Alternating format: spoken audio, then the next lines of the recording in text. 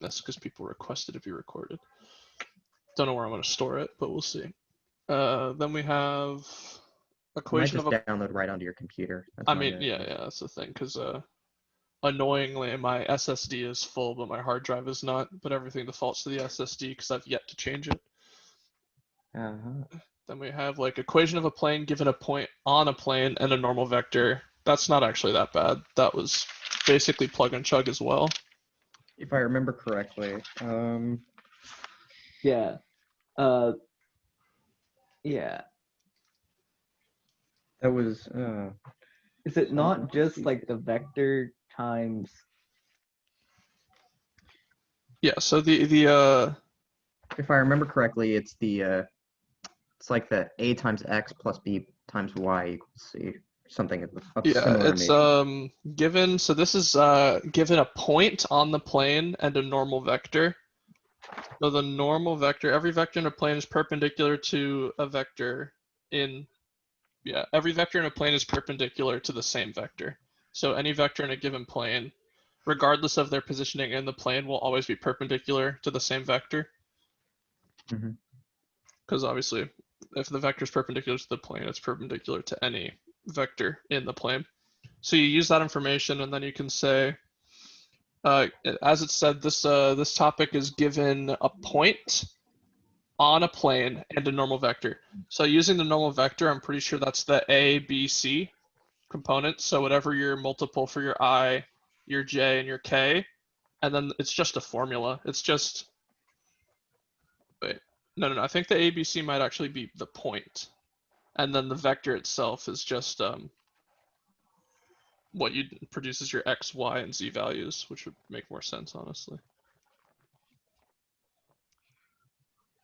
Yeah. What does the homework say? Let's see here. Well, we use the homework as well. And then we have like sample questions if needed.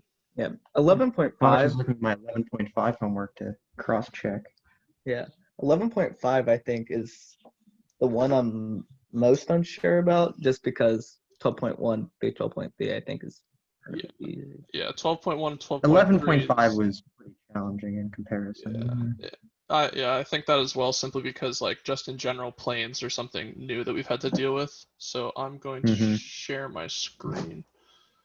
I think it's this one. Let's see. Am I sharing my right screen? Probably. Sample test questions. That's all right, what you're cool. on. Yeah, I have way too many tabs. So we have the solutions. Oh shit. I don't like that this is right here. Can I move this? Oh no, I can't. Awesome. All right. Oh no. We have what's behind here. I can just reposition. So this is the like general review sheet that we have. So we have just like some formulas here in this 11.4. So this is the range that we're probably going to want to focus on. Yeah. Unless there were any specific questions in this, but honestly, I feel like this was more straightforward than 11.5 in general. I think there's some clarification needed for 11.5 just because some of the plane stuff is a bit tricky. Yeah. Yeah. I think 12.1 is just doing what we normally do with something new. Yeah, just slap some derivatives and integrals on it. Yeah. The only thing I would even say is difficult for the 12.1 through 3 is maybe the just taking the antiderivatives of those for some people. Yeah, that's just, I had to review some things. Yeah, so these are the chapter 12 questions. The chapter 11 questions, there are many of them, so I can make this bigger. Can't remember how he was weighting the test again. It was like almost 80% was chapter 11.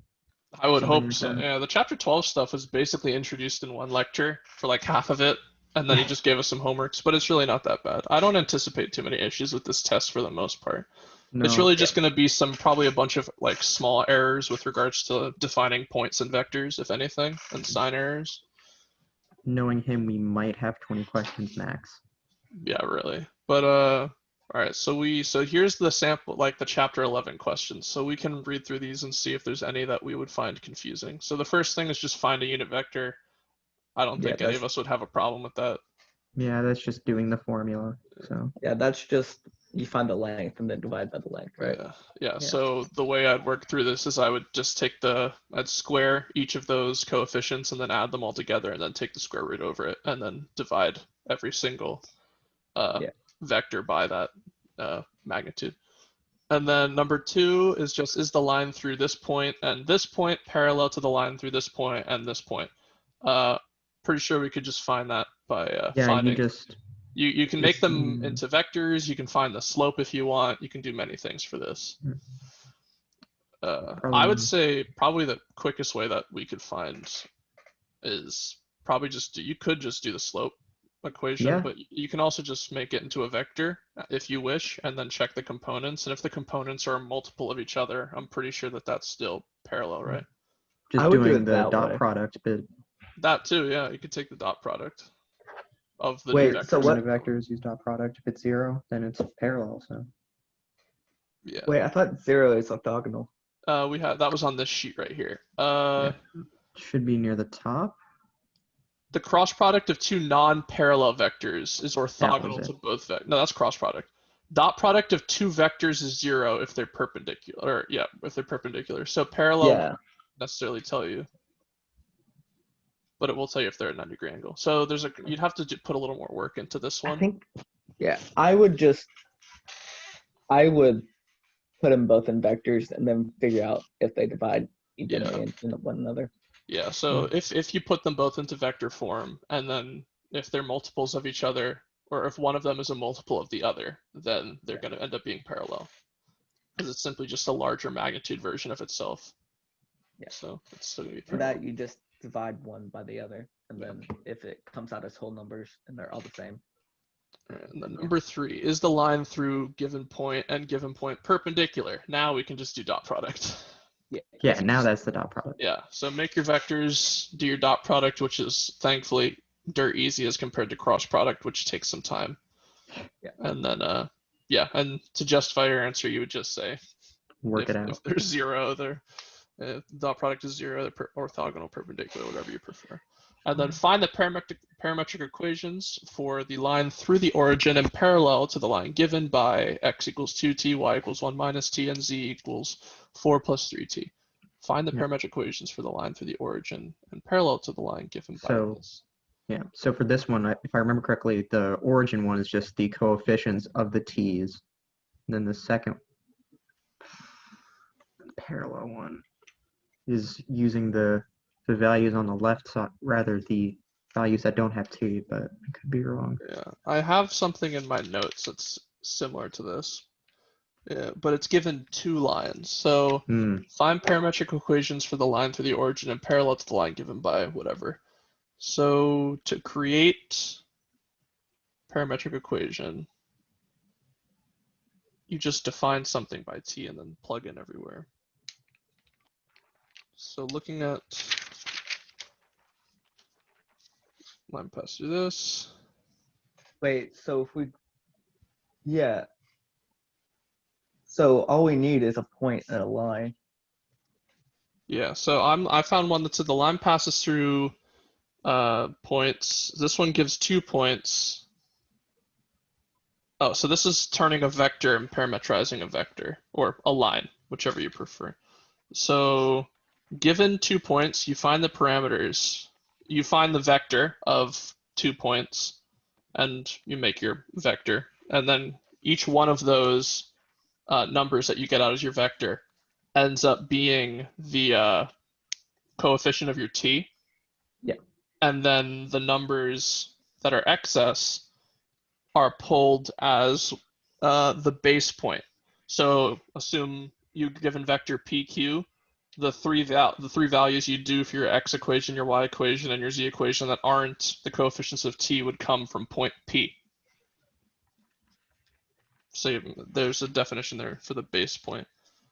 So that's to define it. So in this case, we're going to have to invert it. So what would it be? So find the parametric equations for the line through the origin and parallel to the given line.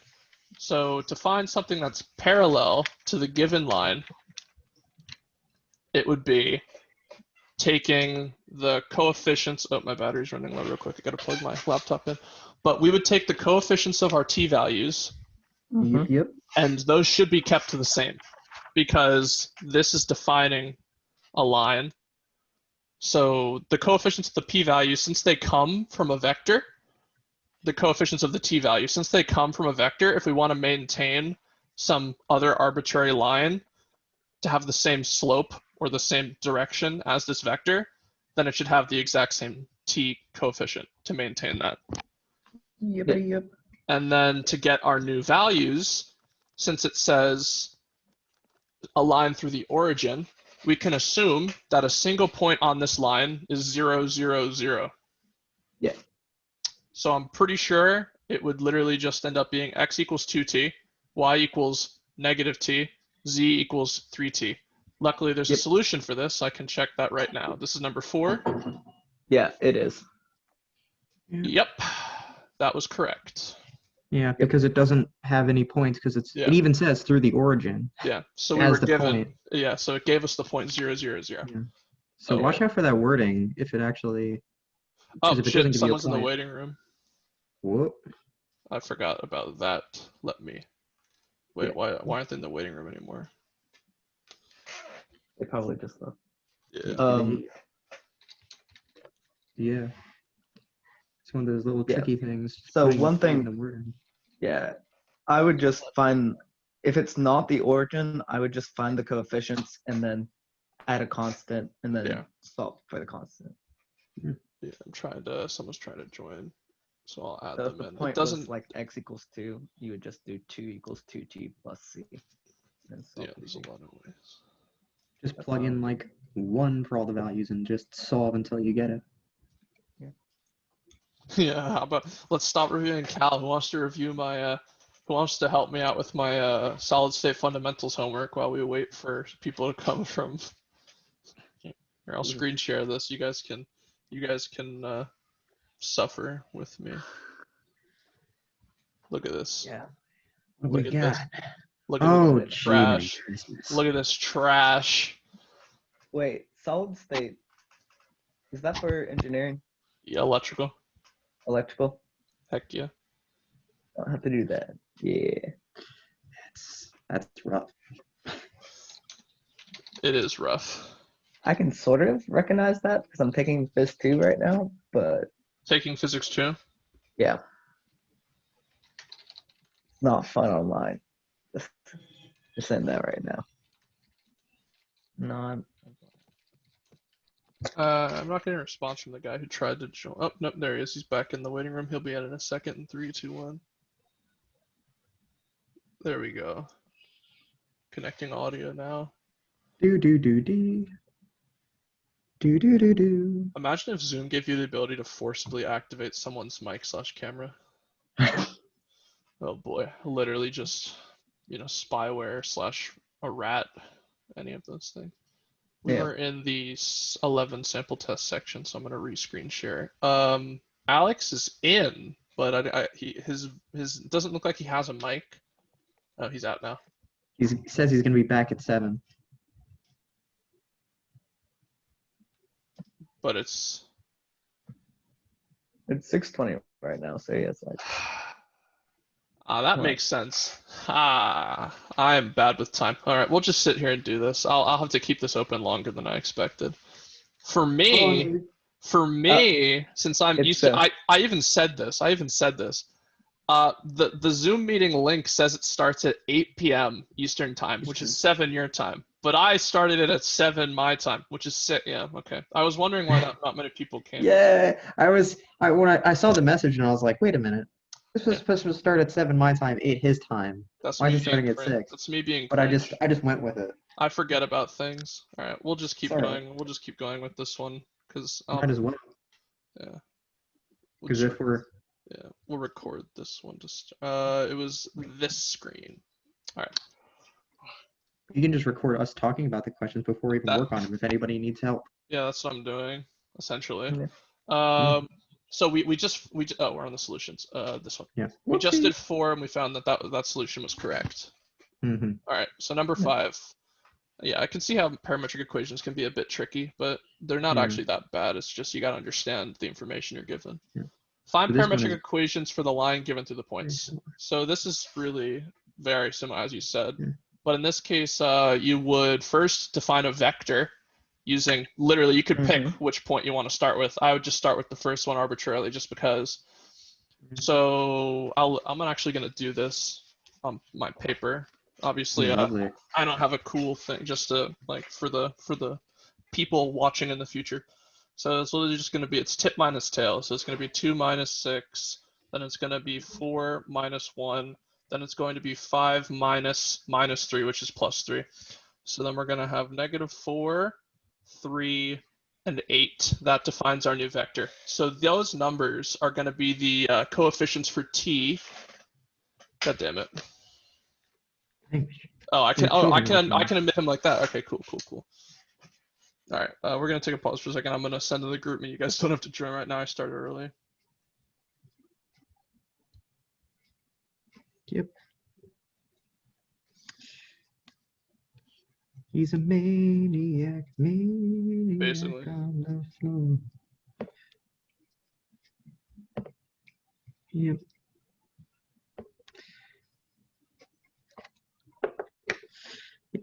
It's very similar to number 4, but instead of trying to create another line with the point 0, 0, we're just using the new vector and then pulling out the values we find for it to. All right, we have Jeffrey literally now. Jeffrey sequence. doesn't have a mic on right now. I will ask him to unmute himself. Hello, Jeff. Loud. All right.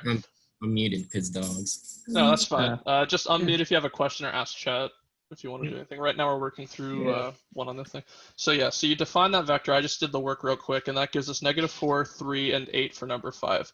So that will define respectively our t coefficients for all functions. So our x of t function is now going to be defined with a -4t in it. And like our y of t and our z of t are also going to be defined using those coefficients. So our y of t is going to have a 3t, and our z of t is going to have an 8t. And then now we can pick the point. So whichever point we chose as the base point, in this instance, our vector is like tip minus tail, with the tip being 2, 4, 5, and the tail being 6, 1, -3. So we can just say 6, 1, -3. Although I'm fairly confident, actually no, yeah, just use the point that you chose as the origin of the vector. And then you literally just take these numbers and use them as the constants. So your x of t is going to be -4t plus 6, your y of t is going to be 3t plus 1, and your z of t is going to be 8t minus 3. And that is that's it for that one. Now we can check the answers. Yep, 6 minus 4t, that checks out. 1 plus 3t, that checks out. 8, or -3 plus 8t, that checks out. All right, so that is the correct way to do it. Oop. So there we go. And then we have more of them, but this time we're given different information and have to define it differently. So now we're given find parametric equations for the line through given point and perpendicular to the plane 2x minus y plus z equals 1. So we have to find a parametric equation. So as we did last time, what we want is we want a vector and we want a point. So we need to first define a vector, and we're given a plane, and we're told that we want the vector perpendicular to the plane for this. So which is also known as the normal vector. Yes, perpendicular, normal, orthogonal, a million ways to Sunday, however we prefer. And then the equation of a plane is just all the coefficients of the x, y, and z are the normal vectors. Yeah. It's the normal vector. So we can derive the normal vector by saying, just taking out the coefficients. So we can define our normal vector here as saying 2, -1, 1. Yes, I believe so. I think that's probably correct too. Either way, we can take this to the extent and just say so as well. So we're given a point here. So instead of having a base point, we can just treat the given information as the point we want. So then we say perpendicular to the plane. So if we define our vector as 2, -1, 1, yeah, we take that is now going to be the coefficients for our t. So we're going to have 2t minus 1t and plus 1t, all for our x of t, y of t, and z of t. And then given the point, our constant's going to be plus 5 for x, plus 1 for y, and plus 0 or nothing for z. And then we can confirm or deny. Yeah, that is exactly correct. Yep. So that's a good trick to remember, kiddos, for anyone watching and right now. If given a plane's equation and you want the perpendicular vector, straight up just the coefficients of your terms. So that's a really good trick to have. And obviously that same piece of information can help you later on if you have to define or derive the equation of a plane. You just need to find a normal vector and a point to find that constant value, right? Yeah, and that'll get you there. Yeah. All right. Next one is just find a parametric equation for the line through given point and perpendicular to both of these vectors. What was it? I think he gave us a pretty interesting piece of information and said that the cross product of two vectors is perpendicular to both. Mm-hmm. Yeah. We can confirm that real quick over here. Cross product of two non-parallel vectors is orthogonal to both. Given that information, we can simply cross product these two and then use that vector and this to define our equations. So this is a pretty simple cross product, so we can probably do this pretty quickly. This defines itself. So our first is going to just be 1, 1, 0, and our second is going to be 0, 1, 1. So that's going to end up being 1, 1, 0, 0, 1.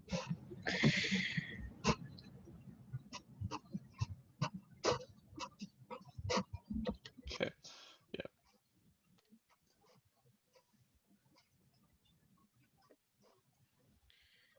Who'd have thunk it ends up being 1, 1, 1 across the board, except there's a negative in the middle of one of them. So we get 1, negative 1, 1. Correct me if I'm wrong, but I think that's what it ends up being. Yeah, it's I minus j plus k. Yeah. Yeah, because of that negative on the j for the cross product formula makes it, it would be all positive otherwise. So then because of that, we now have our vector, because by definition, this vector is perpendicular to both given vectors since it's a cross product. And now that we have our vector, which is also our t coefficients, and we have a point, which is our constants, we can go down the line and define these. So we have t plus 2 for x. We have negative t plus 1 for our y. And then we just have, once again, t, just nothing with a 0. And we can confirm this. Yes. That is correct. So that's another good piece of information. If ever, this is kind of an interesting question. I think this is definitely like meant to be a trick question.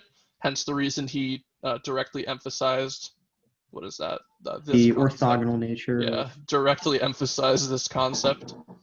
Yeah. And I like how he put that in like the review and then directly used it here. Yeah. Yeah. But even so. Oh, admit. Parameterization is definitely something to watch out for the test. Oh yeah, Alex is going. Not just because it's, so heavy here, but just the very nature of it. Yeah, it's also pretty helpful overall. And anyone who's taking linear right now or later is going to need to know that too. Or just in general, any type of math. Everyone loves parameters. Yep. All right. Yeah. Now we're getting to the question that Mr. Jackson took 40 minutes to answer. I remember this from the homework. I was dumbfounded when I saw it the first time. When I got like one part of it wrong, I was just like agonizing over it for like 20 minutes because I was like, no, I can't like fail the thing and have to do it all over again. Yeah. I will lose my mind. So now we have these questions. So determine whether the lines are parallel, skew, or intersecting. If they intersect, find the point. Well, first off, do this one on the homework. Remember, if there's scalar multiples, they're parallel. That's something he emphasized when he was working out the question. What did you say? That's something to watch out for. If they're skew or multiple? If they're scalar multiples, they're parallel. Yeah. Okay, I thought you said skew or Like- multiple there. Yeah. And then you can just look at it. I think number 9 is parallel. Yeah. So let's see. -3 coefficient. Oh yeah. So coefficient, Well, coefficient. Yeah. let me check with. I mean, we have the solutions, so we can find out later. So for now, we can say 9 is parallel to start, because I see that at least on the coefficients, it's all multiples of -3. But then let's go to 8. So on 8, we have x is equal to -6t, y is equal to 1 plus 9t, z is equal to -3t, and then we have x is equal to 1 plus 2s, y is equal to 4 minus 3s, and z is equal to s. So this is also not L1 looks like it's a scalar multiple of L2. -3? Of -3 again. I agree. So What number? number 8 right now on the chapter. I'm screen sharing, so you can just look at the Zoom. Yeah. Yeah. So it looks like both number 8 and number 9 have that same multiple in common, but Yeah. if that's the case, then we can treat it as such, then they're both parallel as of now. And Yeah, I just so- checked to be sure, but when you're looking to check if they're parallel, it's only the t values that need to be scalar multiples. It doesn't have to be the coordinates. Yeah, that's what because otherwise, because if it was the identical vector and it was just the t values and there were no extra coordinates, it wouldn't be parallel anymore. It would be infinitely intersecting. As weird as it is. I'm gonna lower my brightness. My monitor is bright as shit. There we No, go. we want to see you white. I should. Yeah. And then this one also needs to go down a bit, even though it's mostly a blackish gray screen. All right, that's much better, I suppose. All right, now we're on to 10. We can look at this one. So on the homework as well, I'm pretty confident I straight skipped this question. I tried it for a bit, and I'm like, I quit. It's very annoying. This is definitely. Were you able, Ryan? Were you able to actually get it right? Because that's good. Because then you have an example. Oh, let me. If I not, have my 11.5 homework out. yeah. If not, we just have the answer. I can't remember how to find the point of intersection as you just set up system of equations. I forgot the formula to find the distance between the skew lines though. I think it's like projection of like the normal vector onto something. I can't remember. Yeah, we'll be able to find out. I don't remember in his chapters, if in his solutions, if he tells us. I'm gonna scroll down to C8. Yeah. Okay, yeah, he tells you something. So yeah, and we are correct on 8. They are parallel because they're multiples. Mhm. There we go. So We're yeah, not correct on 9.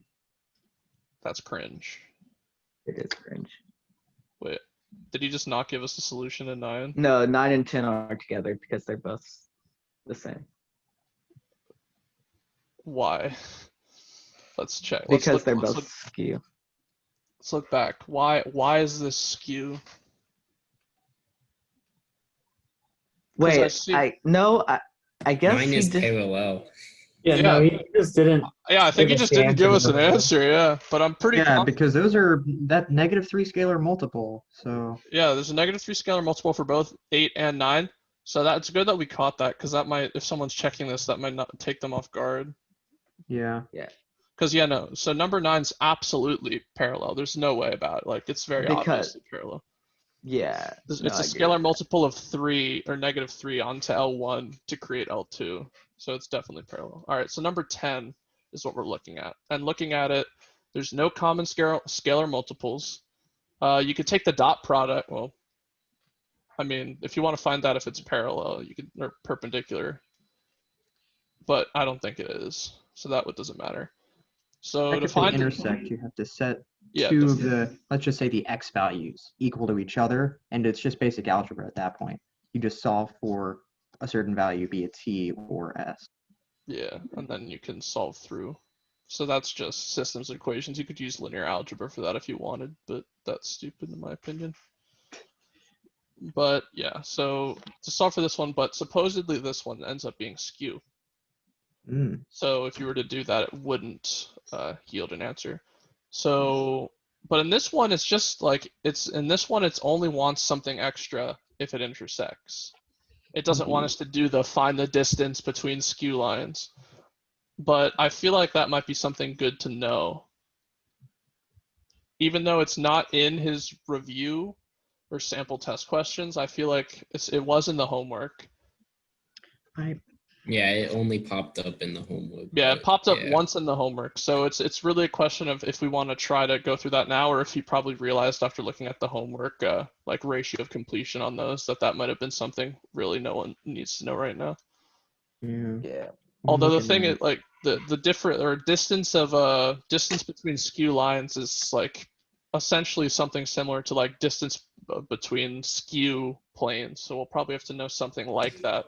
I think I ended up I have looking the up how written to out do it answer for online. a skew distance thing. Do you want to hear it? Yeah, why not? What do we got? Okay. So first of all, it's the dot product of the two vectors. Sorry, the cross product of the two vectors that you have to first find to get the formula you use to find distance. Okay, so you cross product them, and that gives you something. Yeah, you take the magnitude of that, and that's going to be the magnitude you use in the dividing distance formula. You're also going to need to find, or rather just make a vector out of the coordinates that give you, gosh darn it, where is it? I had to work out this whole thing. Yeah, but if there are given coordinates, 4, then in this type of yeah. problem, it wouldn't even be possible. Well, it's the values that don't have the t. Oh, the Use constants. those. Does it You matter use, it matter which line? No, you Use? just use the constants to form a vector. You know, tip minus tail minus tip. Yeah. And you multiply that times the cross product over the magnitude to get the distance. To clarify, the multiplication is a dot product. Yeah, Yes. so I believe you take the cross product to find the normal vector, and then you basically do like the formula for a point to a line, like the u dot v over the magnitudes or something. Yeah, and that's what he just described using you create another vector out of the constants. So okay, so that's actually something interesting. So right now I just kind of clicked. So the reason we're taking the cross product is yet again that interesting piece of information he shared saying that if you take the cross product of two given lines or vectors, whichever you prefer, the resulting vector is going to be perpendicular to both. Therefore, using that vector, you can find the distance between them because you have, or at least started to have, a vector that's intersecting with both. Yep. At the most optimal point. I'm pretty sure it can only be perpendicular with both at the shortest possible point between the two. So it can give you the best distance. But even so we have 10 for skew. So I think all we really need to know here is just because honestly I don't think he's going to throw that on us through the test. Hopefully not. I don't think he will. The normal vector won't only be at that one point because the lines are skewed because they align parallel planes, which means the planes have the same normal vector. Yes. And so the normal vector will go through pretty much everywhere on the line, pretty much. Everywhere on both. Well, when I think of a skew line, I know parallel lines because it would be true for the planes, parallel planes. But since we're talking skew lines, we could have one line like this and then another line like this in parallel planes. So it would be true that the vector goes through the parallel planes at any given point. But on the lines, there's only one point where that perpendicular vector is going to go through them. Yep. But you're right about the planes part. But I think since we've isolated it to where we're only given two lines, then it's only going to be one point where it's possible. Oh, interesting. Yeah. But so we can look at the solution. I'm going to move these. So looking at the solution for 10, you skew, and the reasoning behind it is you solve for x and y to get t equals 6 and s. So you set up a system, and you solve for two variables, or solve for the two variables, but it doesn't satisfy a third dimension. So, I mean, yeah, so that just shows that it's skew because it doesn't have that next dimension in common. So they're not intersecting. They're not parallel. And if they don't intersect, they have to be skew. So to find if something's skew, you're basically going down the line and testing. If they don't intersect, and if they're not parallel, then they're skew. There's no other condition. So it's really just a process of elimination thing. It's not like a special procedure. Nope. All right, and then on 11, looking at this, we have 2. This is just a constant. That's funny. Yep. It's very strange. And then we have 4. So I'm looking at this. It's not a scalar multiple. Yeah, it can't be scalar because of that constant, because this is just a 0. It could be a scalar multiple. Well, no, it can't. No. No, it's not. It has an S. So if it was a scalar multiple, it wouldn't have an F. Well, I could say if the y for L2 had a 2s in front of it, I could say, wait, no, that wouldn't make sense. No. 2 times 0 is not clear. 2 times 0 is still 0. So then I could actually, no, that should work, because then I could say, oh, well, the t in L1 had 1, but it doesn't. So it doesn't really matter. It's not worth considering. So right off the bat, we have this. So we know it's not parallel. So we can test if it is, we can solve for one of the variables. So we can just set the t's equal to each other, or the x's. So 1 plus 2t is equal to -1 plus 2s. And then we can simplify that to be one of the variables, s or t. You basically pick, and then plug it back in to one of the x equations, right? Yep. Yeah. So then I'll just pick t in this instance. Actually, I'm going to pick s. I prefer s. So plus, that's going to give 2 plus 2t is equal to 2s divided by 2. We're going to have 1 plus t is equal to s. I'll take that and I'll plug it into -1 plus 2 times 1. -1 plus 2 times t plus 1 is equal to x. Wait, what does this do? I don't think I did that right. So the easier way to do it would just be to set s equal to 1, because that's for y, and then just plug 1 in to -1 plus 2s. So it just becomes x equals 1 equals 1 plus 2t. So what did you do? Say that again. I missed that on the beginner. Set s equal to 1. Okay. Just looking at y values. Okay. And then plug s into the x equation and solve for t. Does that make sense? Yeah, I see what you mean now. Yeah, yeah, you're right. That would make more sense here. So essentially, just in general, to find if it intersects, you just have to solve for your variables. I just chose the slow way to do it. It's the same process for finding if they're skew. You'll just get an actual answer when you plug s and t back in. Yeah, if they intersect, you'll get proper answers that are actually consistent. If you plug it back in, then you get an inconsistent answer for, I'm pretty sure, 1 dimension, right? 2 dimensions should line up, and then 1 dimension won't. Correct. Yeah, so since we solved with x and y, then we need to plug our values in for z and see if the z equation is equal. Yeah, so if those were to be consistent, then it would intersect, and then we would have the point of intersection. If they were not consistent, they would not intersect, and we would have a skew. So I'm gonna save us going through this one and see what it ends up being. Well, we know that did he even s equals solve this? 1. I don't believe so. I don't think he did. That's so awesome. Okay. Here's what I got. S equals 1, t equals 0. So that means z is equal to 2 minus 4 times 1. And then z equals 4 minus 2 times. Sorry, I got that backwards. 2 minus 4 times 0. And then z equals 4 minus 2 times 1. That's consistent, right? 2 equals 2. Yeah. All right. So for people watching, 11 is 11 intersects. Yes, and then it intersects at the point.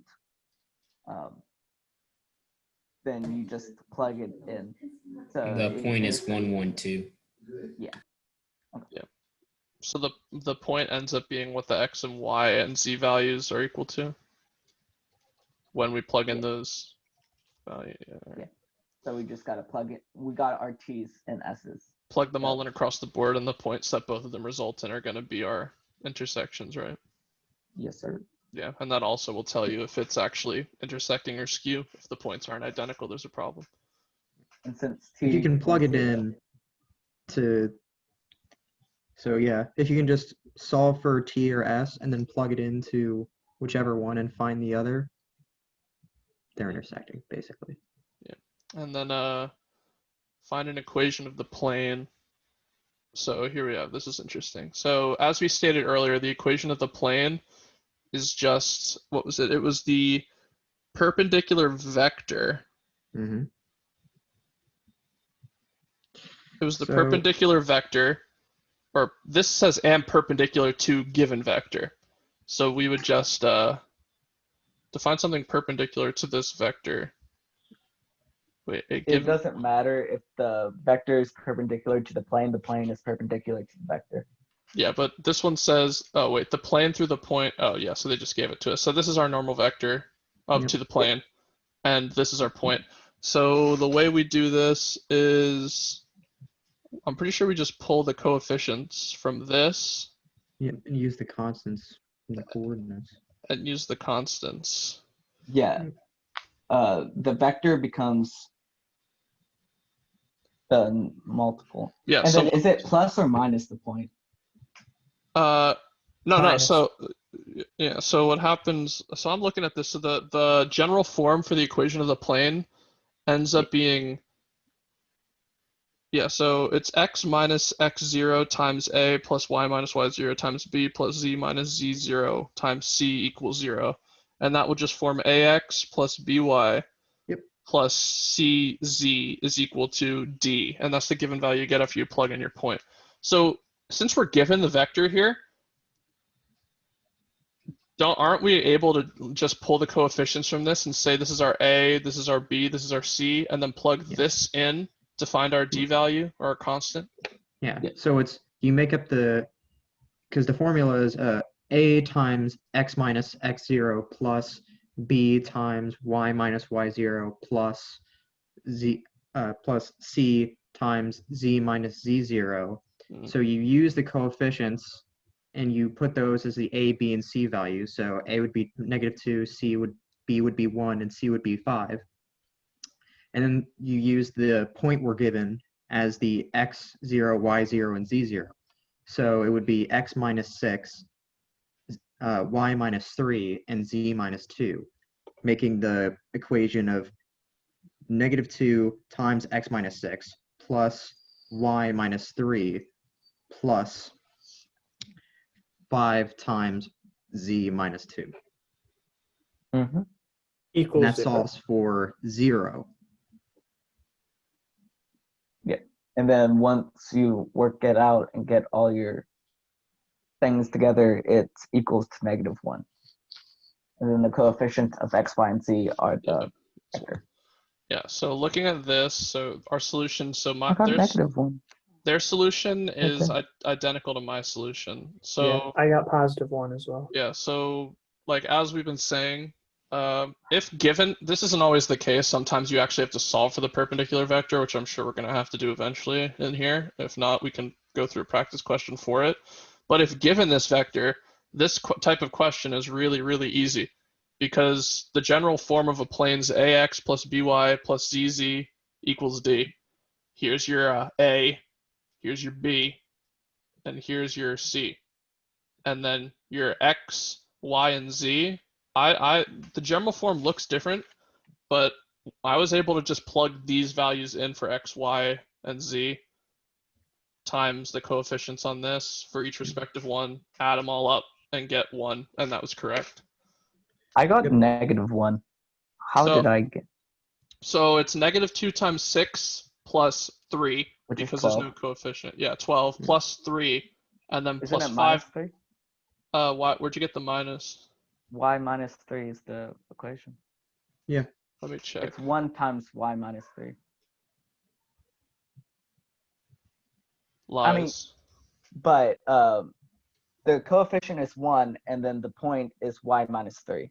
Yeah. In the general form. So if you expand that, you get y minus 3. Yep. So it should, when you multiply everything reason- out, you should end up with negative 2x plus 12 plus y minus 3, because there was only the coefficient of 1. So, and then plus 5z minus 10. So we'll just simplify that into negative 2x plus y plus 5z minus 1. But then you got to bring the minus 1 over to the right side. And that's where you get the 1. It should give you negative 2x plus y plus 5z equals 1. Yeah, so I didn't even have to use the full general form since it gave me the vector. I was able to just make this from the vector and then plug in the point where, and then just sum them, and it gave me 1. Yeah. So, but obviously the general form is what you have to use for traditional versions of the question, where you're not just handed this. When you have to define the vector yourself, or take the cross product of two vectors in plane, something like that, which is something I'm sure we'll have to do eventually. The plane through given point with normal vector. Bro, this is the same question. Slightly different.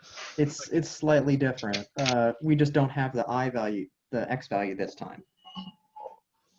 Which means you don't even have to worry about the original point. Yeah, straight up, you can just say, now my plane's equation is gonna be. It's gonna be. It's straight up gonna have a 0 and 1 plus 2k y plus 6. 2z equals d, and then you can plug in your values. But one of those values d is 0. negative 6 plus. Yes. It's not even negative 6. And then. Isn't it just straight up negative 6? Yep. Yeah, so it'll end up being y plus 2z equals 6 when you bring it over to the right side. Because the negative 3 times 2 equals. Yeah. No, because you have to subtract to negative 3. So it's really going to be 2 times z plus 3. Yeah. And then when you bring that over, you'll get y plus 2z equals negative 6. He said the answer key says 6. Yeah, I see what the answer key says, but I think it should be negative. This one should be negative. Because either way you cut it, use general or use the shortcut since we were given the vector. Either way you cut it, it should end up being because y gets zeroed out, and then it's just 2 times negative. It's just 2 times negative 3, so it should be negative 6. I'm not sure why it's positive here. Does anyone have a reason why it should be positive? Typo. Got negative 6 as well. Yeah, I think that might be a type error. Because you have to bring the negative 6 over to the right side. Because you remember you set the whole equation equal to 0. Yes. Well, you set it equal to d, don't you? No. Equal to 0. In mine, the general form is just ax plus by plus zz is equal to d as opposed to equal to 0. Yeah, that's not in point form. No, yeah, maybe it is. So because in my general form it's equal to 0 instead of d. So who knows? Yeah, if you're going for point, then it's like a times x minus x1, and then eventually d is equal to ax1 negative ax. I'm not going to do it. Yeah, we got another addition, Mr. Ryan. Now it's officially almost time for the meeting to have actually started. So we'll probably end up going back to the original, like this part. Nope, wrong part. This part, and asking for any like people who want to go over certain topics. Yeah. Okay, so will we ever actually have to worry about the general form? Because all I see right now is we'll have a normal vector to shortcut it. Yeah, that's the thing. So here, the plane through the origin and parallel to this plane. So this is a different version. So the general form is what you should use traditionally, regardless. You can use it either way. But if given this vector, for the most part, you should just be able to say, like, here's my coefficients, here are my x, y, z values, plug to find what 0 or what it should constantly be, what its constant should be. But when not given these, and you have to find it yourself, even so, you still end up finding the perpendicular vector. So you should always be able to do a version of the shortcut if needed. But the general form is just the more proper way to do it. I was just having, but now that I know that my my shortcut form is slightly off in that it should actually be equal to 0 and not some arbitrary variable d, it should always be right. It should always be in line with the proper general form. So it shouldn't be that much of an issue. So you can always do it this way. Because let's say instead of him giving us this vector or this vector, he instead gave us 2 lines in the plane. Instead, he says the plane through given point, and that contains line 1, line 2. Or, yeah, line 1, line 2 would have to be lines. Then after that, we would just, you can take the cross product of the vectors, lines, whatever you prefer to call it. That gives you your new normal vector to the plane itself. And then if you want the equation, you just take the coefficients off of the vector or the vector coefficients. And then that's basically what 16 has you do. Yeah, it looks like, yeah, the plane through the origin, the equation of the plane through the origin and the points 2, -6, 4, and 3. So this one's actually a good one to go over because he highlighted this in his notes, and I know for a fact we're going to probably do something similar. So in this one, you actually end up defining your vectors as opposed to being given 2 lines or vectors in a plane. So you get point A, B, and C, which in this case happens to be the origin and the 2 other points. And then you simply have to define 2 vectors with a common, doesn't even need to be a common beginning point, right? It should be for this, right? Shouldn't we want like yes. Like you say, And like you can say AC, BC, or CA, CB. You could do either one. yeah, Any permutation of that. So it doesn't matter because the vectors are in the same plane, they will eventually intersect. Okay. So no matter what point you use, the vectors is going to be in the, as long as the initial point you choose is in the plane, the vector is still going to be in the same direction. Yeah. So it doesn't matter where on the plane that vector is. That's good to know because that definitely decomplicates it, because otherwise you'll have to really do some like draw figure kind of shit. No. Just call both your tails the origin. Exactly. And then it's tip minus 0. Yeah, and that makes it really easy because it's literally just the points as your new vectors. Yeah. Yeah, but either way, you could define it any way you want, as True. Alex highlighted. So I would just do it that way because it's probably that easy. Yeah. So because of that, in this instance, we literally can just be like, all right, well, if we use Jonathan's method where we just choose the origin as the common tip or tail. Tail, yeah. So then we can say, all right, now we have our 2 vectors. So wait, now we have to cross product it. We'll get some given vector of the cross product of these 2 now defined vectors. Whatever that is our new coefficients. And then aren't we able to straight up pick any point we want? Yep, and we're picking the origin because it's 0. Yeah. So the point that you choose has to be in the plane. Yeah. So because they give us that the plane goes through the origin, that's going to be easier than. That's actually the only point we can use in this case. Is that because we have to take the intersection point? We should be able to take any of the 3 points. Yeah, because my thinking. I mean, it can be any point. You just need to be confident that point is on the plane. Otherwise, the vector won't be parallel to the plane, and the normal vector will be off. Yeah. So just you can use any of the points. Yeah. They should all work, but the origin would be the easiest. Yeah. So for defining the plane, once you get your normal vector using that method, those are your coefficients, and your x, y, and z values can be given by any of the points that you know to be in the plane, and then that will give you your equation, which is easy. Yeah. So all the plane definition, this stuff was a little tricky at the beginning to think of, and I think that was probably the case for most people. But at the end, it's not that bad once you just, if anything, I think the most annoying thing, stuff in like parametrization, that kind of stuff. We can probably look at 15 since it is parametrization, the first one that had to do with the plane. So let's Did look at this anyone work 16 and get the answer he got? Because I got -11x plus 7y I can work it real 16c. quick. I'll work that then. I'm also working it right now. All right, so let's say, so we're taking the cross product of these. Okay, that's cool.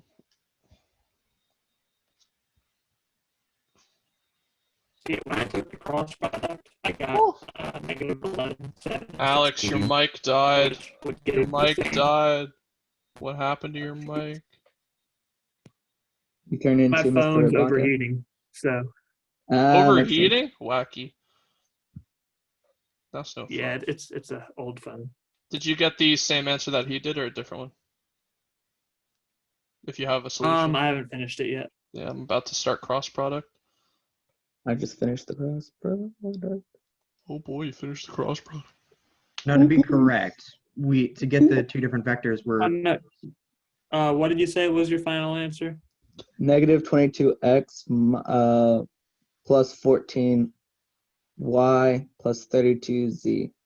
Equals 0, right? Because you use the origin. Yep. Does his solution at least have it equaling 0? Yes. Yeah, my solution does equal 0. But what you can do is you can simplify the vector by just like taking out a common multiple. Well, Like divide everything by 2, and it's still the same direction, just in a simpler form. Yeah. Alright. I got the same thing as you got, Jeffrey. Just multiply by 2. Yeah, we got Tyler now. Tyler, you muted, you nerd. Bring that mic over there. There you go, lit. Well, my actual mic's muted, but you know, whatever. Easy. Yeah, so we're I accidentally started the meeting an hour early because I'm EST like a cringe loser. So we were just going through some stuff. But once we're finished with probably like what's this stuff? This is actually interesting. I haven't had to do any of these yet. You might want to. I had a question real quick. So on that last one, you're getting the vectors, just to be sure, you're getting the vectors by subtracting the points we're given from the origin, or inverse. If you define each of the vectors with the origin as the point that both of them have in common, that being like the tail, you can do tip minus tail. So it's going to end up being both of the points minus 0, 0, 0. So you can just say, oh, they're my new vectors, and they're just the given points. So that makes it a bit easier. So there's less room for error. And then you cross product the 2 points together, treating them as vectors, find your normal, and then that's your coefficients. And then you can plug 0, 0, 0 back in, and that should give you the right answer, or your equation. But I'd like to go over at least one of these, because I haven't actually done a single one of this type of question, or I might have and might have forgotten about it from the homework. So we have determined whether the planes are parallel, perpendicular, or neither. So this is like finding, and if neither, gotta find the angle and the direction of the line of intersection. Lit, okay. Let's see what this is all about, shall we? We can arbitrarily pick any of these. We only really need to do one example. Well, actually, I'd really want to do an example in which they're a neither. But we can just go down. So how do we define a plane as parallel to another plane? So parallel is just going to have the same coefficients for x, y, and z, just like a line. Yeah. So these are non-parallel. Pretty damn close, but not quite. Yeah. So So parallel, they have scalar multiples. Perpendicular, they will have their normal vectors be orthogonal. And that means the dot product of the ones. So this might be a really stupid question, but how do you get the vector from those plane equations then? So the normal vector of a plane equation is given by the coefficients on the x, y, and z. So that's all you got to do. So if you look at number 17, the first equation, our normal vector to that first equation is 1i plus 1j plus 1k, because we have 1, 1, 1 across the board. Okay, is it the same way, like, I guess if you were taking the vector equation and then going to the plane equation, they're like x is I, y is j, z is k? Yeah, like that, yeah. Because I remember that value equals is, you have to plug it into the, like, a times x minus x naught, and then b and c, and then multiply it out. And... Yeah, well, we'll probably get to some stuff. Why am I getting messages? No, that's old messages. All right. Yeah, so this one isn't parallel. Nope. And I see only one difference. Yeah. So Does this mean that it's probably perpendicular along the y or what? Well, The dot product is you take the dot product and it's equal to 1, which if the normal were perpendicular, the dot product would be 0, and that's what we're looking for. So because they're This about one it- is a neither. yeah. Okay, so now that we know that this one is a neither, how do we find the oh wait, never mind. I know exactly how we're gonna do this. We're gonna use the stupid equation from last year, aren't we? Yep. Yeah, you believe know, it's we Lit. can Do use something with the cosine. normal those vectors, multiplied right? by each other. Yeah. For all of these equations, anything when it involves planes and finding an angle, that kind of stuff, you always have to use the normal vectors. You can't do much with the equations themselves. So you just got to pull the normal vector first. Just Isn't for like the cosine theta equals it's cosine theta is equal to the vector dot one product of the two vectors over the magnitude of both vectors multiplied against each other on the That's what I denominator. Yeah. And So that's also highlighted in his right here. Yeah, this equation right here. Here you are. Yep. So luckily, Yeah. this is actually pretty easy. So in this one, does he make us actually go all the way through? Find cosine theta. Yeah. So he doesn't actually make us do anything. Wait, but what is this? Between them and find the direction of the line of intersection. How do we pull that off? Because this is not that hard. We just plug and chug on that equation. So what you do is you take the cross product of the normal vectors, and that creates a You're right. line that's normal to those, Yeah, and that's the line of intersection. And when he says find the direction, does he mean he wants us to find the unit vector of that given cross product? Yeah, Yes. because the Alrighty. direction is the unit vector. Yeah. All right. Well, there it is. Now we know. That's actually very easy. Now that I've heard it. Did we do any of these in homework? I don't remember this at all. We We did did, like, some that were one. kind of like AY minus BX or equals C, and then they gave you vector equations and told you to figure out whether or not they were perpendicular, but Alright. not where he Yeah. gives you these equations. They wanted you to derive the equation. I don't remember having Threw me defined off. a line of intersection. But now that we've heard it, line of intersection actually doesn't sound hard, if anything. so line of intersection is just the cross product. Of the No. normal vectors of the planes, right? Okay. Yeah. And Yeah. then Because just if take you the two have- vectors, get their cross product, and then do direction, Yeah, basically. and then you got to find the unit vector of it. So you got to take V the over magnitude. magnitude, V, baby. All right. So now that we know that, so we know how to define a parallel plane. Oh, what do we got more? What's in the mores? Who's in chat? Yeah, I can hear you, Tyler. I can hear. Okay, it just doesn't highlight me. That's what I was wondering. And that was Yeah. okay. I just got some old stuff. I got one from Jeffrey about a solution earlier. That's everything there. So now we just have to nail down the method to discover what's what. So on 17, it's a neither because they're not parallel because the coefficients on the x, y's, and z's are not scalar multiples of each other. It's not perpendicular because the dot product of the normals did not yield 0. Therefore, it's a neither. So you got to continue and find that other stuff that we just discussed how to do. Let's go through and just define each of these. We don't have to do it all the way, just define it. So then we have 2, 3, 4. So this is a non-scalar multiple one, so they're not parallel. So in this Really quick, what did you guys get for the direction of 17? we didn't- I we haven't didn't worked it vary, out. I can. But I can show you the directions. I got 2i minus 2k. For the I didn't get the direction. I didn't divide by the length yet though. Okay. Hey, so I just figured something out that might be an important distinction. Figuring out if they're parallel is not necessarily if they're all the same. It's all about the ratios. Well, Yeah, the it's scalar if- multiple. It's if they're a Yeah. scalar multiple of each other or identical. It could be either. Yeah. So as long as the ratios are the same across all three. But then here's one interesting thing. Let's say we had this plane and this plane, and it was a plus y, and these numbers were identical. Then they wouldn't be parallel. They'd be infinitely intersecting. I don't think he would give us that condition. But if he were, I have no clue what we'd have to do from there. I guess we just have to say infinite intersection because then you're Yeah. just given two of the exact same plane. Would those be called coplanar then? Yeah, you could call him coplanar, or you could call him, you could say infinitely intersecting, coplanar, any of those would work. But I doubt he's going to give us that specific case because it would literally just look like a typing or a printing error. People would probably flip out. Isn't 19 parallel? 'Cause it's across all Yes. three. Yep, 19's parallel.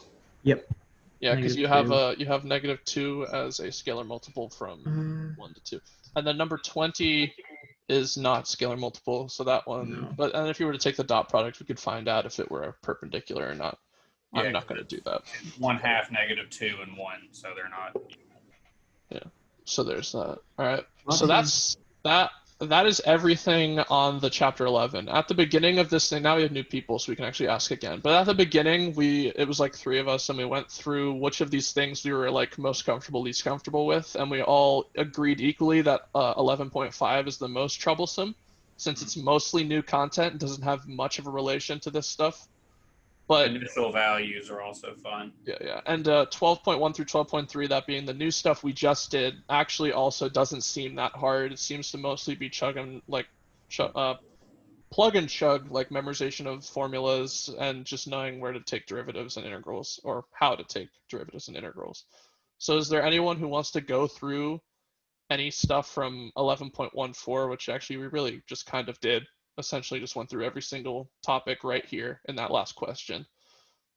But A lot of or 11.5 is just 11.1 through 4 combined. The reason this Or- is even included, I'm pretty sure, is because this entire topic, that being our review chapters that we did at the beginning, has direct correlation and direct usage in all of 11.5. But I think we eventually start to drop off with the use of this and this stuff, since we're starting some new higher level topips.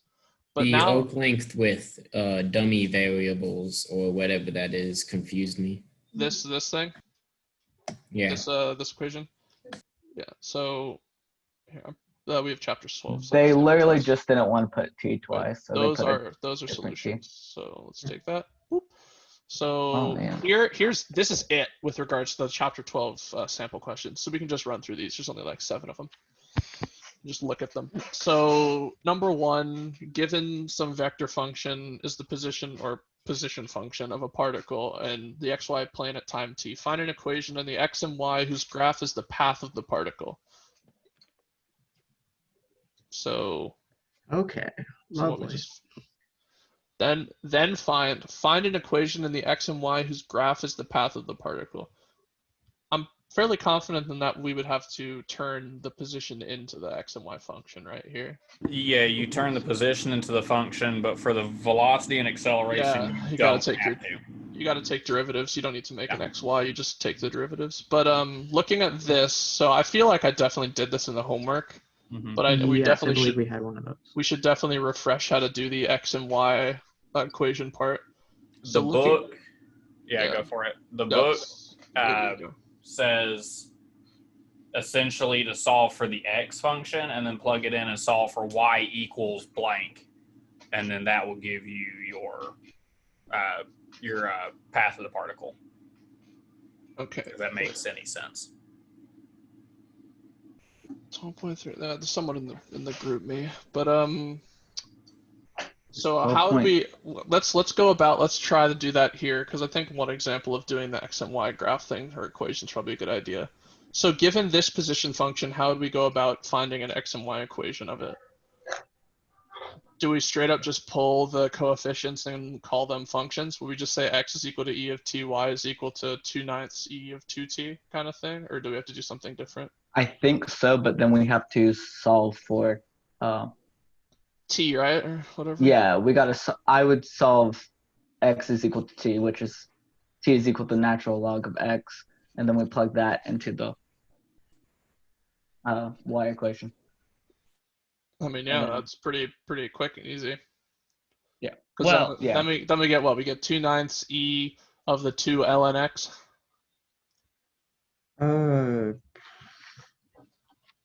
Of that. If we were to do it that way, because then wouldn't our equation be y is equal to 2/9 e of 2 ln x? If we say t is equal to ln of x. So I'm looking at the answer here, and it appears that you just set x equal to coefficient of I. Yeah, that's what which makes sense because that's the x component of the position, and then you can take that and plug it into the coefficient of j because that's y.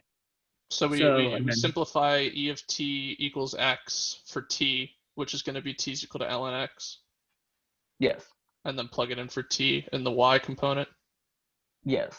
And then bring the 2 up into the x exponent, and then the e to the natural log e. So you just cut out the eln. Yeah. Okay. You get the ln to cancel out each other, and you're left with 2/9 x squared. Y is equal to 2/9 x squared. Cool. And then the next part, find the velocity and acceleration, is just take the derivative of this twice over, and then plug stuff in. Yeah. So that's really not that bad. Yeah. At this point, if you need assistance with that, there's not much we can do. I just realized I've been talking this whole time and my mic was muted. That's yeah, bad. that's how the book wants you to solve it. Is solve for x first, and then plug x into the y, and that gets rid of all of the t's. All right, that's easy enough. Cool. So that's good to know. So for number 1, the trickiest part's just finding the equation. Once you know how to do that, everything else is just calculus, like A, B stuff. All right. So then you can probably still get partial credit off of that because you don't need to find the particle path to do the last part of the. Oh yeah, absolutely. So then we have number 2's find the position if given some derivative. So that's just. Wait, you're given a vector function as well. Oh wait, no, you're not. You're just given an initial value. Yeah, then find the particle's velocity and acceleration. So. Well, that's for part. I'm looking at number 2 real quick because number 1 that was like some more self-explanatory stuff because then you're just plugging it in and taking derivatives. Yeah, okay. That one you should just take the integral of both sides and then solve. Yeah. For number 2, you just take the integral of r of t. That function gets you rt. And then you can plug r of 1 in, and that gives you or that'll give you initial values. So what? That'll solve for t. So, yeah, so like take the integral of 2t and then set it equal. So that's t squared is equal to 1. Yeah. T squared plus c is equal to 1 when t is equal to 1. Yeah, all you're solving for with the initial values is the constants. So like C1, C2, and C3. Mm-hmm. Yeah, and that'll get you your stuff. I think K is the only one with the initial. Yeah, K. In that one, K ends up with a 0. So your constant probably just ends up equaling 0. Wouldn't doubt it. No. Oh, wait, no, it doesn't, does it? You can't solve for the constant because you don't have the... Like, even if you did solve for it, it would come out to be 0 anyways. Yeah, that's what I said. It was just going to be 0. Yeah, so that one's also... no, wouldn't it be like... Well... 2/3 t to the 3/2 plus c is equal to 0. And if you plug in 1, you get 2/3 plus c is equal to 0. Yeah, you'll get that. So c is equal to -1. Yeah, because then I just cancel it. Yeah, you're right. All right. Can't just assume that. There we go. All right, so the number 3 is find a unit tangent vector, which sounds tricky. Oh, we got someone who's in the waiting room. Oh, it's because we lost someone.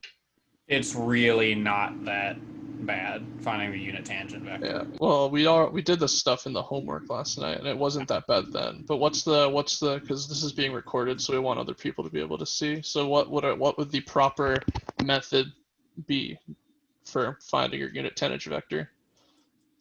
Take the derivative and plug in the t value. And is that all? And then find the magnitude, make it a unit vector. Yeah, because it's the tangent vector over the magnitude of the tangent. So you take the derivative of given vector, you then find the magnitude of the derivative of given vector, and then take the derivative of given vector divided by the magnitude of the derivative of given vector. Sounds complex. The formula is on that test 1 review. Yeah, so we can actually just look at it. Yeah. Those are sample questions. Before you find the magnitude, plug in the t. It's the very bottom. T equals the velocity vector over the magnitude of the velocity vector. Or I'm pretty sure in this case these are just defined as vector v, right? No, that's they are just they're all just velocity. I guess we're just doing physics for this chapter. Yeah, basically. This is the same. This is the exact same thing. So based off of the practice questions for this, I'm like 90% sure that they're always gonna he's gonna throw us a trig one. So everyone remember your trig identities, because when it ends up being the magnitude of like the sine cosine stuff, you absolutely should know. It's just you should know how to cancel that out to get you a number.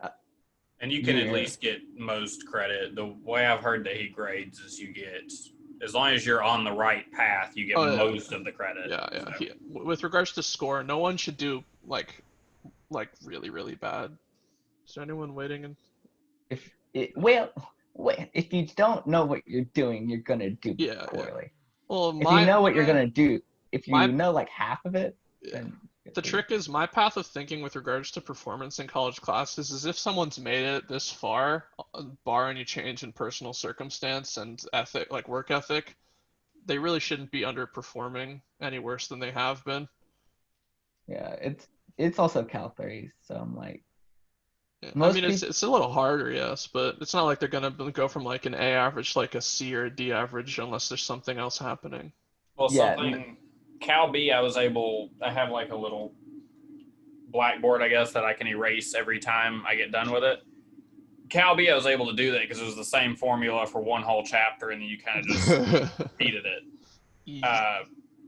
Cal C, I'm not able to do that. So, because you're swapping between formulas so much. Oh no! Now he has to use paper like us normal plebeians. Oh boy! I've got an engineering workbook that's half full with Cal A. That's now going to be half full with Cal C. Oh boy! You're a paper peasant. Here. You want to die, dude? I got you. Watch this. Where is it? You want to use all the equations for this garbage? Beautiful. Yeah. Intro to chemical engineering is killing me. Find the electron drift current. You want to find how much force it takes to throw a slug halfway across the planet? Honestly, I'd prefer it at this point. This is cringe. Look at this. Look at how many parts there are. Yeah. That's how organic chemistry is. J. My homework has 15 questions and is 83 parts long. Like, it's stupid. These things. Yes, this is due tomorrow. That's fine. All right, we'll get back to this. I've done like 1.5 questions for this homework assignment. Either way. That's at least like 20 questions. Right? 6 a.m. You bet. No, I'll be able to finish it by midnight. I'll get like 7 hours of sleep for tomorrow. That should be fine. Then we have what we have. We looked at these. These both have the exact same process. And then we have. We don't have the test tomorrow, so you don't have to get up. I mean, I don't have to get up super early. I get up at 7:30 every day regardless because I have stuff to do. Now, I may have been wrong, but I want to say one of the homework questions gave you like the second derivative of r and told you to find the tangent of the unit vector, which I would just assume you take the integral of both sides to get the first derivative and then you solve for it. Yeah, they'll give you 2 initial value problems for that. Yeah, wait, would you even, if given the second derivative, would you even have to go all the way, or couldn't you just take the one integral and go from there? You'd have to go you have to go quote unquote up 1 power. So you'd take the integral of both sides, that would give you the first derivative, and then you can solve from there because that's your velocity function. Yeah, so that's as far as you have to take that. So just in general. So bring everything to velocity for this chapter is what I'm hearing. As long as you have the initial condition in terms of velocity. Yeah, if they give you that. If you have the initial condition in terms of position, you would have to take that though. Yeah. Well, in this case, it looks like our initial conditions are given almost exclusively as a t-value, so it doesn't really matter where we go. Because you're looking at the tangent at 1 point. Yeah, it just matters that we're given the that we know that the formula requires us to be at velocity. Mm-hmm. Yeah. So then this one is find the parametric equations for the tangent line to the curve with parametric equations. This. So we have to use these. We have to use these to find ourselves a vector or a curve. A curve. We have to find a curve, and then take that curve's equation. Take its derivative. I don't remember how to do that one. Take its derivative at point 0. Get our tangent line, or whatever. So we're gonna have to get the v over magnitude of v out. This cringe. Okay, so do we just put it in vector form and That's what I. Yeah. That's So what I it's would. it's the same process as with what we t just to the did. fifth I plus It's just split blah, up blah, blah. instead of having I, J, and K. Yeah. So It'd be like instead, t to the fifth I plus so on and so on. Yeah, it's like well, x to the wouldn't it fifth, not? Well, wouldn't y it? to the fifth. Isn't it what is it? Because to find a vector given parametric equations, didn't we come to the conclusion that it's just the coefficient of t down the board? Or are we? Is this a different process here? Or I does? think it'd be like t to the fifth I plus t to the fourth j plus t cubed. Oh, so in this case, we just can define it in terms of t. Yeah, and then you find the tangent line Oh, to 'cause we're that given curve, this. and then you get the parametric equations from that. Now, how I would do that, I have no idea. But Yeah, I can. What was that? This was question 5. We can look at this. Great, now my battery's running low. All right, so our solution. This does not tell you how to do it. It just gives you an answer. Okay. It comes and I out. can check it and find it. No, check is illegal. I disagree. Check helps a lot. Check is illegal on school grounds. Silence. Check is nice if you don't use it as a crutch. I suppose. If it's used how it was meant to be, then it's just a study tool. Yeah. When you don't know what you're doing and you can see an example of how it's worked out. Yeah. So whatever this is done, this might be something that might be good to look at. But then let's just look at these two real quick. This is simple. This is similar. If you start a given point, you move ever so many units along a curve, this curve defined parametrically, in a positive direction. Where are you now? So this is finding, well, you're given, essentially what? You're finding the position function and then, wait, you're literally just finding the position function and plugging and chugging. No, you're not. Right? No, what do we do here? Are you So, finding like the unit vector and multiplying it by 5 pi or something? No, so you have to. Recreate the formula basically with the. It's based on arc length, right? It's not based on a position vector. Yeah. So trying to remember how to do it. Arc length is it's actually, we have it defined over here. Nope. Yeah, we have the formula. Wait, oh my god, it keeps making me pull this up out of the way. The length is the integral from a to b of the velocity, or of the magnitude of the velocity function. This is our s as a parameter of the directed distance along a curve. Is this, whatever this is. So it's the integration of the velocity t. Or that's actually tau, which is just dummy variable. The one right above it is the one we're looking at. Arc length. Yeah, arc Yeah, length. arc length is. Looks very similar, but this is Because they're the exact same is. formula. Yeah. But so we're given the length. So however you want to call it, it's 5 pi. So 5 pi is equal to the integral of 0. The length isn't phi. You're moving. Yeah, we're moving a distance of 5 pi along the curve, and it wants to know our position. Because all that's going to tell you is the length. It's not going to tell you the coordinates. Well, you move the length of 5 pi, so We're it trying would to be 5 pi. So Yeah, what? We're trying solving to it solve for backwards. t. We're trying to solve for t. We're trying to solve for how long it took us to get there. Are we even? So that's how I would do it.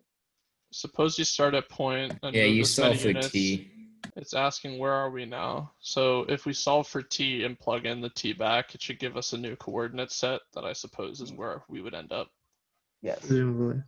All right, so that's So, actually, that because if you use 5 pi as one of the value, it looks like it ends up being the value ends up being pi for t. However they do it. But yeah, look, because so whatever it is you do, the point of this question is to plug the t back in to these given parametrized equations to find your. Yeah, so you just set t equal to 5 pi and that's it. No, we can't do that. No, yeah, you're right. What am I doing? But somehow we get the number pi, which You have probably to work backwards to the integral. yeah. Because if we How work would you get backwards, the velocity function from that, or the position function? we would have to take the parametrized equations. What type of parametrized equation are they? So So we would This you would just take the coefficients. no, but And this one's like sine of t. Like, what do we do with that in terms? Because like obviously you can pull a 3 and just be like, all right, that's cool. But what do we do about the 3 sine? sine of x. Yeah, because I mean, we can say you set it equal to 5 pi and then work it backwards, but I don't know how to get the. You have to have the parametric equation to get the v function. My guess is that you take the 3 sine, you make it 3 sine x plus 4y plus 3 cosine of z, and then you take the derivative of that to get the velocity v, and then you plug that in for the arc length function. So we would end up with 5 pi is equal to the integral along. No, shouldn't 5 pi probably be from? My guess is that b is because we're looking for b. We have a. You go back to the equations real quick. The question. Is this in his files? I'll see if I can find the. Yeah, they're all in the files. So you take the v, you take the integral, you solve, since we have the values for a, the starting point, you plug that in, and then since we have the 5 pi, you just subtract. That's my guess. So you have your a, you have your L, and you have your integral function, and so you can solve for b. Yeah, in a way. So it ends up being like 5 pi plus in this case because a some unit, then plus the value a for the integral of v equals integral of v at value b. Yeah, and then value b is what we're solving for. Yep. So yeah, if you write it as the vector equation, you find the derivative of r of t. Because I'm looking at one that's not the exact same problem, it's pretty close. And then oh wait, no, these are vector equations. Don't we not even have to change anything about the parameter? Can't we literally just write like r of t or v of t is equal to 3 sine t I plus 4 t? Yeah, so we don't even have to mess with the. And then you take the derivative of that, so r prime of t equals blah blah blah blah blah. Take the magnitude of it, which the example problem they're doing, the magnitude was literally just 5.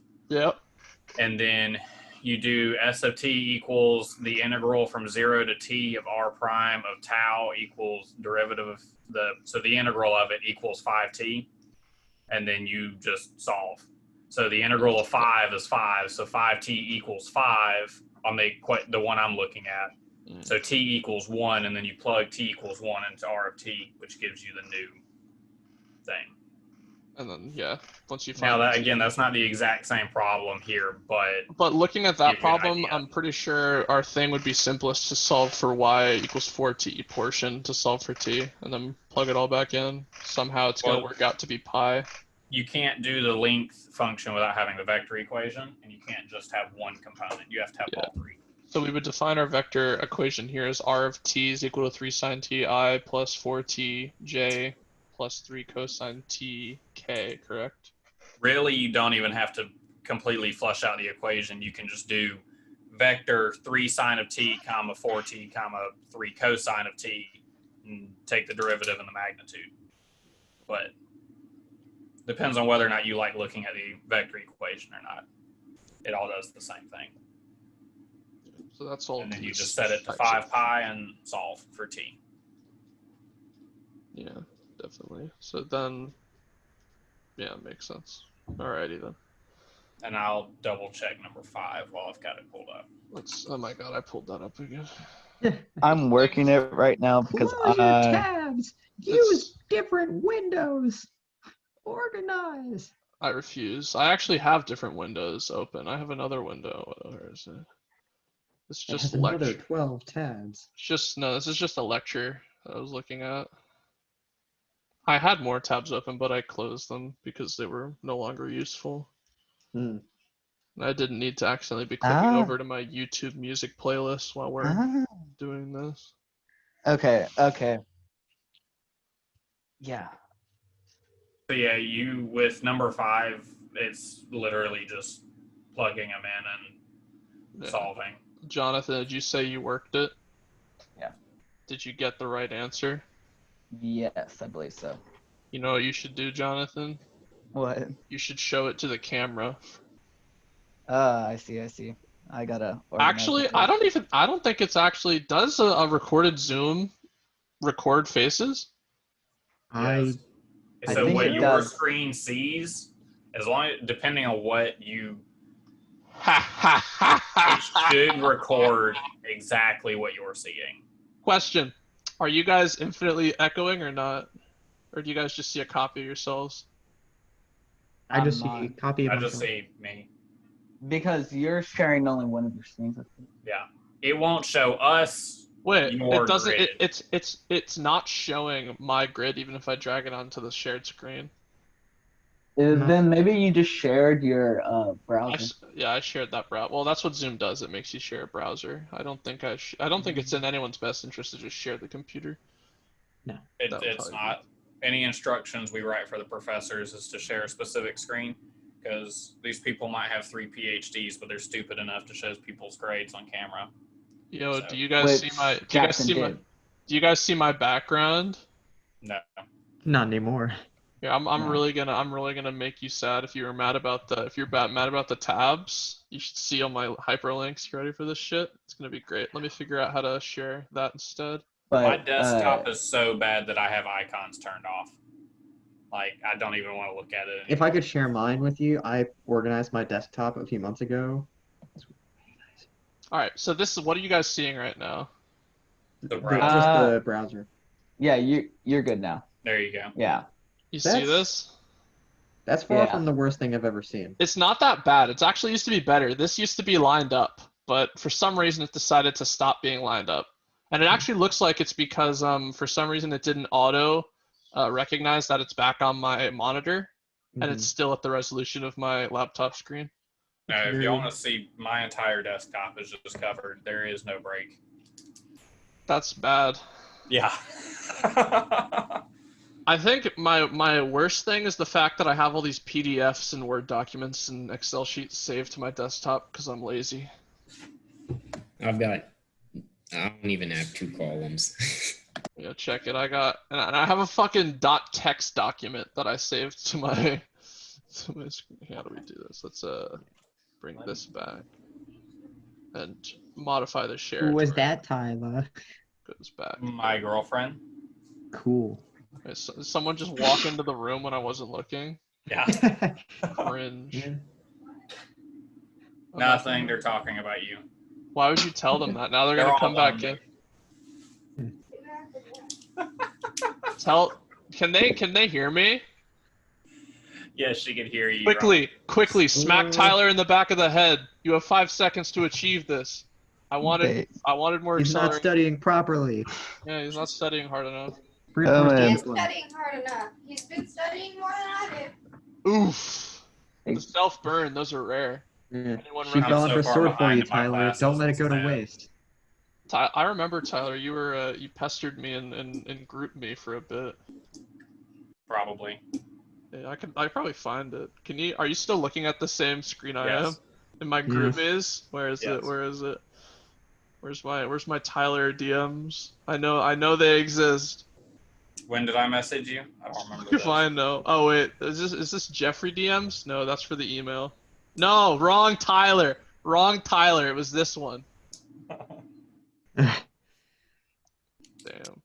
I was about to say, I don't remember that. Look at this. Anyone in circuits, look at this goddamn picture. This is the also, if you guys didn't know, I started the group me's for every class that I'm in minus circuits. Jeez. So here's the thing. If you look, the pictures for each of them, you won't know this unless you're me, is a different Doge me. And I'm very, very proud of this. That only I am aware that every single group me that I am in is a Doge meme. I worked very hard for that. The problem is I had to make Jonathan's showing his work. Okay, can you guys see that?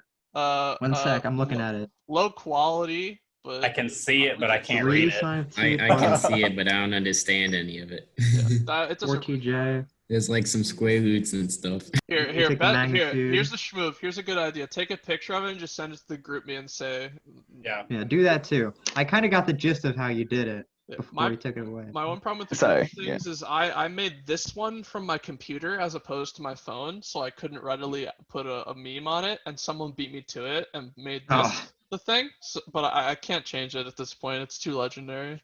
If What else doesn't matter? you change it, you'll just start a meme war. Yeah, that's dangerous.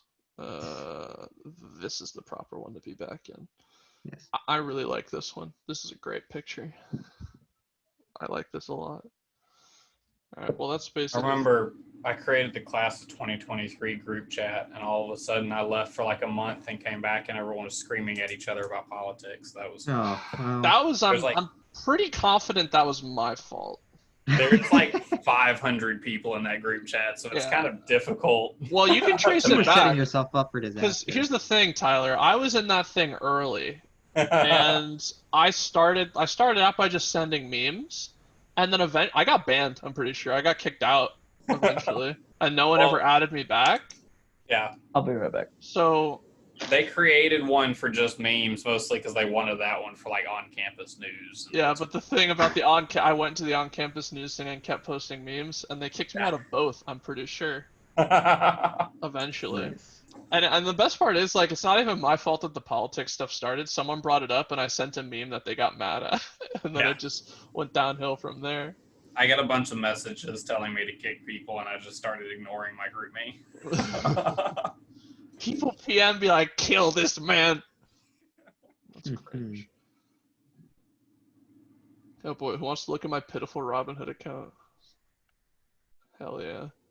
Stonks. Hell yeah. Used to be $300. Yeah, so that's exactly how Chegg solved it out. So yeah, you just turn it into a velocity function, take the magnitude of it, and then solve for the integral.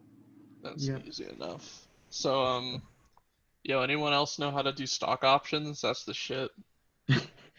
I do, but I've thought about stopped it, but I've because never the amount done of money I've lost because of COVID. Fair point. Well, when I say stock options, were you actually doing options or were you just doing stocks? I'm mostly just trading stocks. Yeah, I'm so- wanting to get into the entertainment. The entertainment I'm expecting to go up a good bit. They've been climbing. Expect already did. It hit the sky. No, Yeah, but there's it's going back down now. But well, definitely. But if you're unaware, stock options are actually different than stocks. It's essentially Yeah. gambling, and yeah, you say it's gonna hit this before Yeah, this. If it does, you get a bigger payout. it's so fun. It's so. I have a different, like, I have a proper brokerage account for actual trading, but doing options through that one is more expensive. Robinhood, it's free to do them. So I use Robinhood for both. I downloaded Robinhood to do options, and I was just fucking around, and I'm like, I'm gonna buy a call on the S&P 500 or on the SPY, and I'm like, hopefully it hits my strike, and I earned like $70 in an hour, and then the next day I proceeded to lose everything because the market crashed 5% on open. Yeah. And I'm like, The only awesome. bad thing about options Awesome. is if it doesn't meet it, you lose the money. Oh yeah, you lose your premium, which is pretty sad. But you technically have infinite gains, assuming you're not in like a covered call or something, and you get assigned, because that's cringe. This is. But, we did. I mean, this. that's pretty much everything. Something that really gets me is the parametrized equations, because I'm like, okay, Yeah, it's a bit tricky. the vector, the way I've started thinking about it that's helped, is this might help somebody else. When you do like 4 minus 3t or whatever, or like right there where it says x equals 1 plus 5t, the 5, the 4, and the 3 came from the vector equation, because the vectors is a quote-unquote movement of something. It's not a set point. Yes. Whereas the 1s are a set point position. That's how I've looked at structuring the parametric equations. Yeah, and that same thing can be taken for well, really no, it's just vector. That same thing though can be used, similar property is for like the planes and stuff. And then the Essentially planes equations, that's defined that by a equation- vector. yeah. Yeah. The plane equations are not on the review sheet, but it's just A times X minus X naught plus B times Y minus Y naught plus Z, or C times Z minus Z naught equals whatever constant, and then you solve for it. Oh my, I can just draw on this? Yeah. That's awesome. Wait, hold up. So going back to number 5, how did we find the point 111? Number 5 on what? It's number 12. 12? Okay. Chapter 12. Sample test. 5. Funnily enough, I just looked that one up. Find the parametric equations to the tangent line, and the solution here was. What do you mean 111? Oh, this part? Mm-hmm. That's your initial point, the point you initially started with. I think. No, it's not. Hold up. I feel like it has something to do with this t equals 0. It does. So you find the, because like I said, the one I'm looking at is not the exact same one. You find the vector equation. So you take the prime of them, Okay.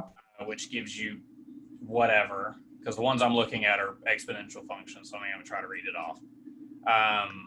Then it says, thus the parameter value t corresponding to the point 1, 0, 0 is obtained, blah, blah, blah, t equals 0.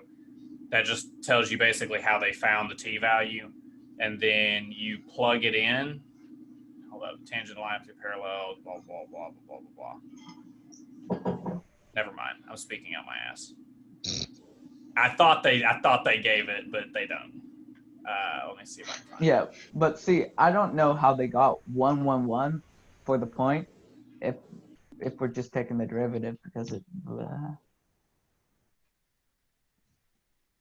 0 raised to any if I had to guess, well, that wouldn't make a whole lot of sense. You see what I'm talking about? The tangent line with the parametric equations. Because 0 to any power is still 0. Still 0.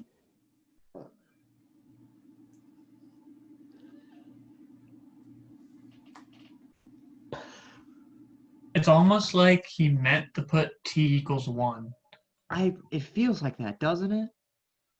Yeah. To find the initial point. It's gotta be he just mistyped it. Because like that works out perfectly. Just take the derivative, you get 5t to the 4th for x, plug in 1, and then your slope is going to be 5, and that matches the answer. And then your initial point is going to be 111. Yeah, I feel like he somehow meant. I wish, like, it's nice that he has solutions, but I wish there was the process as well, because I feel like that's more helpful. That's the math department. They're all too smart for their own good. They just assume you can look at it. I don't even know if that's the reason. I think it's more of like they're like, oh, but then they won't actually do it, and I'm like, that's why. I think definitely they want you to come during their office hours to like cross-reference. But this is COVID time. I would rather die. Yeah. Even if it's online. Work when you put all my assignments on the same day. Dude, I love that he had 4 assignments due on Sunday night. That was legendary. I'm like, this guy's an alpha. Yeah. Oh, I'm like, man. wow, I have all my math work and all my discrete structures work all on the same day. I had 183 organic chemistry problems due Wednesday, and then thankfully, by the grace of God, Saturday night he extended the due deadline by a week, which gave me enough time to actually work on the calculus homework. Bruh, imagine being a chemical engineer. Cringe. Yeah. Cringe. I hate my life. I actually think we have the most amount of credit hours we have to pull for a mini engineering major. Bullshit. Bull. You're gonna get 20. I'll prove you wrong right now. All right, go for it. Where is it? I have my flow. I have my flow linked. Hey, bud, guess what? Mine's 130. Die. Oh boy, he's got an extra credit hour. Yeah.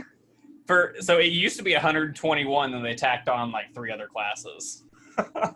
Imagine being an engineer. Cringe. What do you have? Are you physics? Are you Yeah. math or something? Imagine being physics. Imagine enjoying physics enough to major in it. I'm minoring in physics, and the most annoying thing about a physics minor is you have to take that stupid foundation or whatever in physics class where you just learn LaTeX. See, physics 1 to me was so difficult, and now I'm in physics 2, and it all makes sense to me. Sounds like you're an electrical engineer, homie.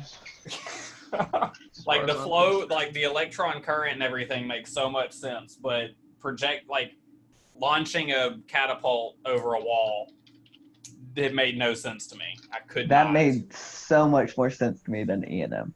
But E&M's not bad. E&M's lit. Ha! 128, loser. Loser. Yeah. Where's your flow chart, homie? No, do you know what's even more fun? What?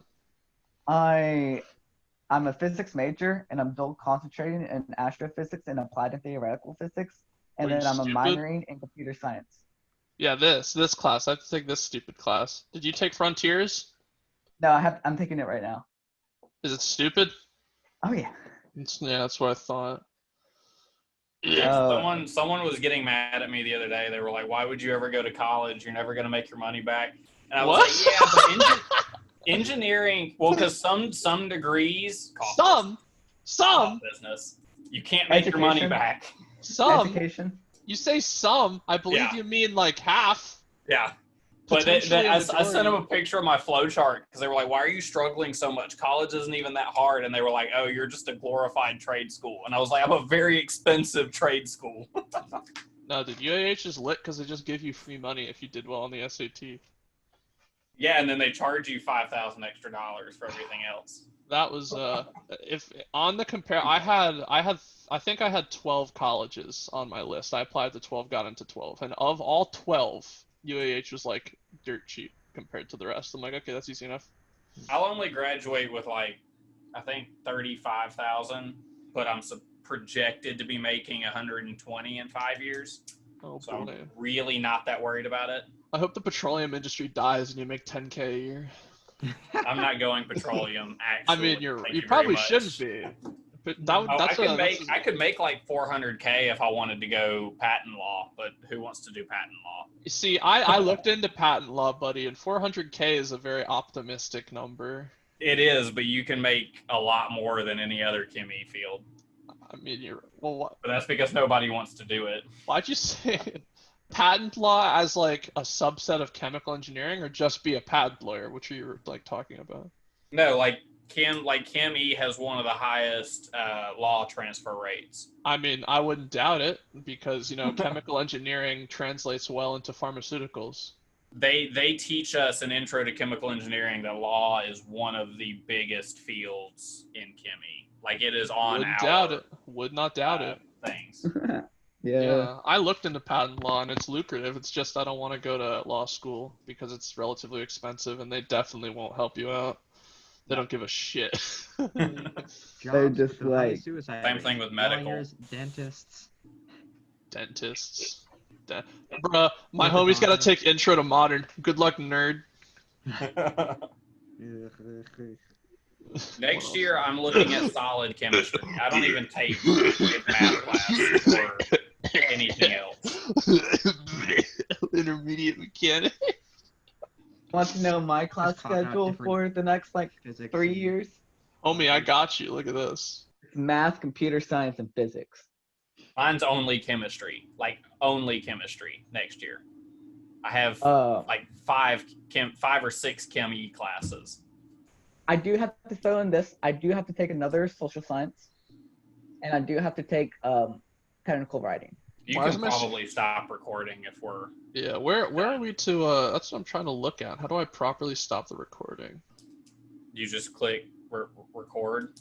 Yeah, I stop the screen share, and then I just click